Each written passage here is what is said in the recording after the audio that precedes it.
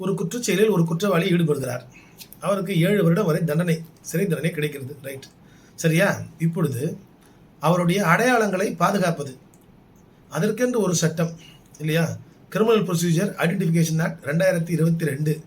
அந்த ஆக்ட் பார்த்தீங்கன்னா, அந்த நேஷனல் கிரைம் ரெக்கார்ட்ஸ் பியூரோவில் இவர் இந்த குற்றம் செய்து தண்டனை பெற்ற நபருடைய அடையாளங்கள், அவருடைய கைரேகை, பாத அடையாளம், அவர் சம்மந்தப்பட்ட அவருடைய ஃபோட்டோஸு, அவருடைய மென்டல் ஸ்டேட், அவருடைய மனநிலை எப்படி இருந்தது, அவரை பற்றி அனைத்து விஷயங்களும் வந்து பார்த்தீங்கன்னா இந்த central bureau of crime records இருக்கு இல்லையா, நேஷனல் கிரைம் ரெக்கார்ட்ஸ் பியூரோ, இதில் வந்து பாதுகாக்கப்படும்.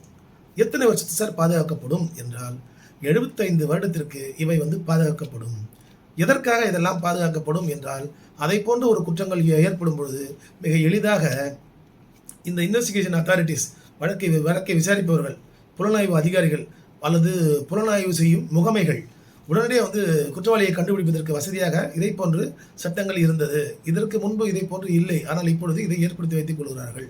சார், தண்டனை கிடைக்கும் ஒரு கேஸில் சம்மந்தப்பட்ட எல்லாருக்குமே வந்து இதை போன்று தான் ரெக்கார்ட்ஸ் வச்சுப்பாங்களா, அல்லது அந்த ரெக்கார்ட்ஸை அழிக்கிறதுக்கு வேறு எதுவும் வழி இல்லையா, அதிலிருந்து நான் நீக்க முடியாதா என்றால், சப்போஸ் தண்டனை விதிக்கப்பட்ட ஒரு குற்றவாளியானவர் மேல்முறையீடு சென்று அந்த வழக்கை வந்து நிரூபித்து அவர் வந்து குற்றவாளி இல்லை என்று நிரூபித்து விடுதலையாகி வெளியே வரும் பட்சத்தில் அவர் வந்து இந்த நேஷனல் கிரைம் ரெக்கார்ட்ஸ் பியூரோ இருக்கு இல்லையா, அங்கே விண்ணப்பித்து அவர் சம்பந்தப்பட்ட அனைத்து அடையாளங்களையும் அழித்து விட முடியும்.